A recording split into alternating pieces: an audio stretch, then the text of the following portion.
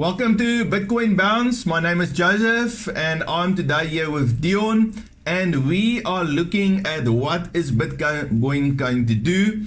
Bitcoin had an awesome rally upwards and had a little bit of a pullback, and now people are getting worried. So Dion, what's happening with Bitcoin? Morning, Joseph. We're starting here on the weekly chart just to show we're overall still bearish, so the trend continues. We had this weekly support and a nice big candle off that this week, so we've had a good week for Bitcoin, and it's looking great. Yeah, something interesting I just saw is we're in this big triangle pattern, and you know the triangle breakout is normally if it enters from the bottom, it normally breaks out to the top and goes up, and the target is always roughly like that distance here. And also, if you take the strong trend line that we've had, quite a few bounces off, and we would eventually definitely hit again, and you take these two and check the breakout, they're basically getting to the same target, which is 75. So 70,000 Bitcoin still looks possible sometime later this year. It's just confluence. Oh, that's just for interest. Let's go down to the daily chart. Yeah, we caught between these two liquidity zones where the banks would come for liquidity. So we've had this bit of a pullback, but we said on Wednesday that we were a bit hesitant on taking a long because Bitcoin hadn't pulled back. So this is actually good and healthy for Bitcoin, just to make a bit of a pullback, take a breather before it goes back up.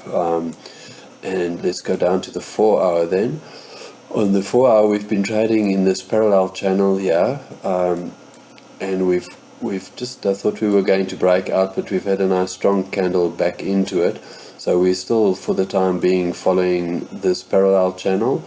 I got in on a trade down here, and target is 24,150, just above or just below when we hit that bank zone. So it might it might bounce off here. So that would be the target for a long at the moment.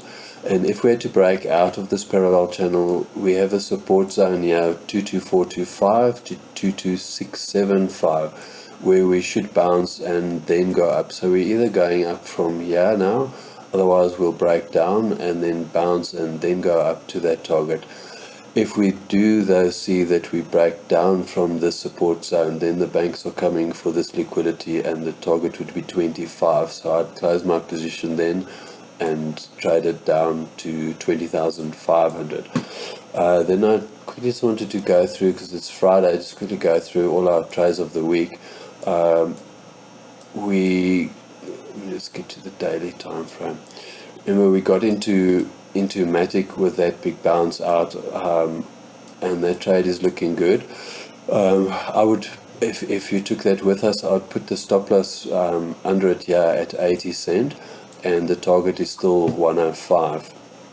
And then the theta trade we took was from the breakout there, and that's still looking good. The target is 147. And then we did an Alice trade where we were going for a 30% target. That's 307 up here, and that's also looking good. Then we did FTT on the breakout, and on that candle there we got in, and the target, yeah, we're just going for 10%. The target is $30.80. And then new trade of the day for today is DOT. Just to show you first the potential of DOT. I think you also had a look at it the other day, Joseph. So from here to the high is 700 odd %. So it's a good long-term hodl coin as well. And if you just zoom in, so we were following this daily trend, we couldn't break through, then eventually we broke through, and we had a local resistance there, which we then also broke through. So it's looking good. It's got support now below it, and if this price comes, I've got an order open at 705. So if you can get in there and then trade it up 30% to this range high, which is at what is the price? $9.14, maybe just under $9. So say $8.95 would be a good target for this trade. And that's it from me, Joseph. Yeah, it actually all looks positive. Weekends is always a little bit unpredictable.